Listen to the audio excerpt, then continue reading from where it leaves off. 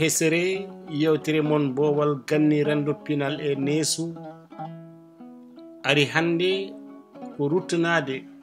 hunde e jimdi ɗi ganduɗa ko anda e mumen heewaɗi waɗi noon heerudine ɗum ko wañoɓe walla raddoɓe ina gasa kadi taw so ɗin ɗon jimɗe majji natti hande wawde andede ko sabu pawaki hay hinde wotere fodde rende ɗum walla moftude ɗum moftana ɗum aduna ina gasa kadi so tawi hande ɗiɗo jimɗe natti andede walla ni yontaji kesi ɗi ganda ɗum ko sabu jimɗi jadannoɗe e waño e raddo enen hande en goni e jeerede kulle jeehi ɓen wañannoɓe hande natti wurde e meccal mumen ɗum fof e wade noon haɗata ndeɗo toɓɓere nde garɗen yewtude hande ko toɓɓere jiyande e toɓɓe pinal to banggue jimɗi gadanteji ɗi hutortono wañoɓe walla raddoɓe ko garɗen haalde hande ko wiite ko keroɗe holko woni keroɗe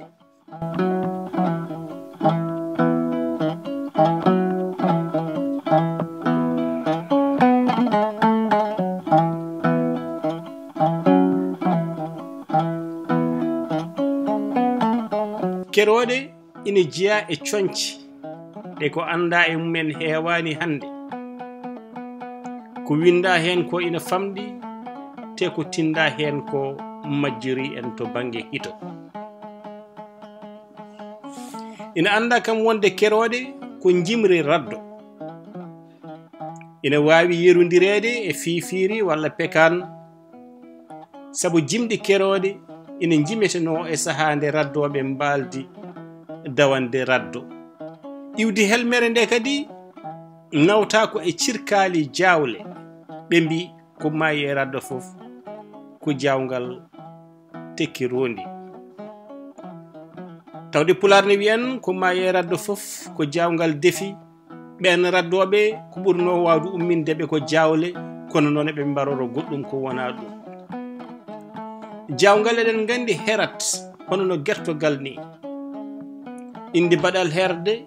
jibine keroje walla keroɗe keroje noon ko raddoɓe kerori ɗum jimɗi ɗi kewani kono ina woodi hen ina jahdina ɗum e mbaggu ngun mbaggu ɓe inniri ɗum ko mbaggu raddo ngun mbaggu kadi ko hono no bawɗi sippiroɗini tan ko hono noon tirdate won lollinɓe jimol keroɗe kono kadi ko anda e ɓen ɗon heewani ina gasa tawa ko jeerende e riwtude ladde yaadi e kulle nattini raddo addani heewɓe ɓoorade on ɗon wutti ina anda noon nokkuji mbaɗino jowol mbaɗino kayhayɗe mbaɗino jiingue ina jeeya e nokkuji ɗo jimɗi keroɗe wattidi ete jimɗi ɗi no lolluno toon deftere ten Youssouf Gaye innirande aspect de la littérature pulaar en Afrique occidentale ina artira inde goto e sakkitiɓe yimde keroɗe o wi on ɗon wiyete ko Kekuuta on Kekuuta ko daddowo bawɗo raddo wonno ganduɗo ɗum gandanɗo ɗum kadi o honno ko wuro ne wiye Kayhayɗe walla gure taariɗe Kayhayɗe taw ko gure tokose keroɗe no woniri ni jimol wuro ko noon woniri jimol ladde sanga nde daddowo o teeli walla andi e kullel ronkani ɗum woodi hunde e jimɗe mabɓe gartude e deftere ten Youssouf Gaye nde kalɗen dow nde woni aspect de la littérature pulaar en Afrique occidentale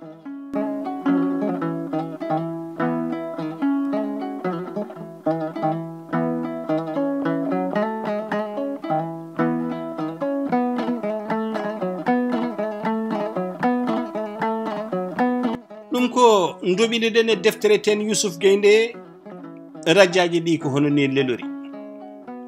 bismillahi arrahmani giɗo Allah mo rokkimi ngurugol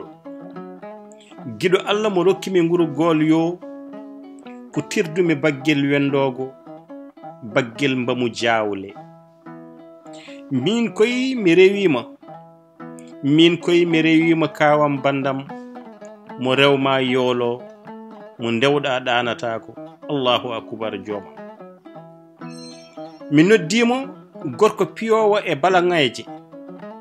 Umara Amadou Maymuno gorko mo baari e yoori laana baari nana wondu so wona kelle kuljinali boobi soko lello meni hunima sangade seele rewi e mbeelu hayre nde jaañi rewi e tocconde so duuni koye ñaayama ñaaygal ngal laggani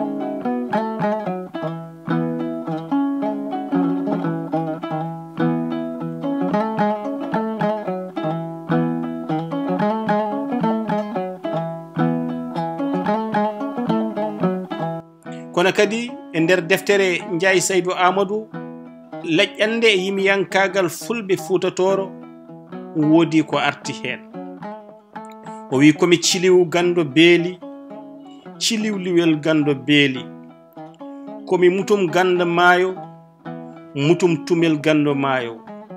komi ceygal mawgal gando jarale kawoori jooketake latori soggetake gaynde wulle jaaña mamari jaɓani ero gumbo so fowru juuli hoori sakkima muddima loggi kurus e dande nangtima e saldo jumane noddini ɓoti kolatako joom ɓoti enne kay kolatako nde tawno powel ladde ayna bey sarɗi jaaƴo diiɗi o wi yeeso lelli ndewiɗo ina gondi e ɓiinaji daade ndewiɗo ina gondi e ɓoonoji buuli ndewiɗo ina gondi e jeleŋeji jamali ndewiɗo ina gonde e osoreji lelli caaji daadi ooli jamali jongali jongotoɗi eede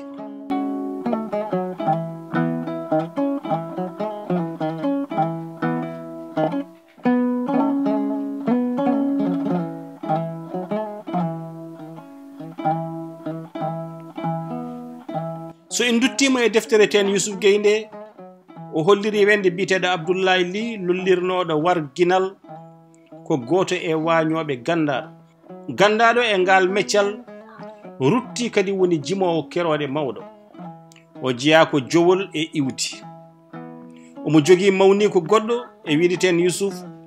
ina wiye Hamme Juumo Ly on nde ummi jowol wiyama wonde yeehi ha to Masina ha to Guinée ngam janggoyde toon waañi kanko moɓe mbiyata waro ginal noon wonko woppireten ngo to banggue jimɗe keroɗe o wi kibbu kibbaru ladde Allah e jeerende damude Allah e sobago ladde sumi ko ranwi kono ladde wiltini ko ɓalwi sumani baroɗe wiltani wañoɓe juulowel umo juul weeti fajiral juurama alfajiral e juuli jabbaru ndogu wonɗo fosini jangi ha dursi e rewi refti ɗofti ceerno rewi muulene nguufu rewi joomum juulowel ummo juul weeti Oumar Abdoulaye Pullo Galo gaynako ayni sooyi aynata jaaƴiɗi lelli ciili billi cooyi jawi cirgi jamali ŋaaɓi kooɓe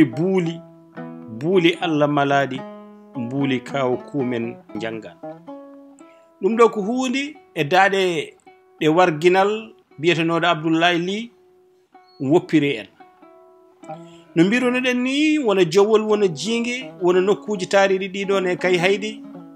kono kadi ha nokkuji baaɗi no ganno e nokkuji baaɗi noon tonne kadi waño ina ƴellitino toon ɗum wona meccal joguigal hinde kono noon kadi jomumen ene jogui gande saabu kañumen ne goni koye ladde kono kadi mbaddata koye kulle e ko soomi e nder ladde kono kadi so en duttima e jimɗi ɗi ma en gandu so en mbasiɗi won kelmede kewɗi wasate hen soɓe mbi lelli ndewiɗo ina gondi e ɓiinaji ko ɓikkon lello wiyete noon ko hono noon soɓe mbi daadi ndewiɗo ina gondi e ɓoonoje ko hono noon soɓe mbi buuli ndewiɗo ina gondi e jeleŋeje kono kadi soɓe mbi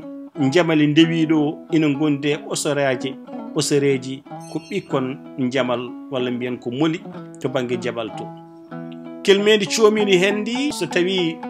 keroɗe majji kañumni kadi majjitata hen ɗum ko basal saabu kelmedi camirore leñol goɗɗum wooda ko hocca ko ɗum ɗo kemnoɗen tongude e nder nde ɗo tongode heeride nde juutani ko fati e keroɗe jimɗi raddoɓe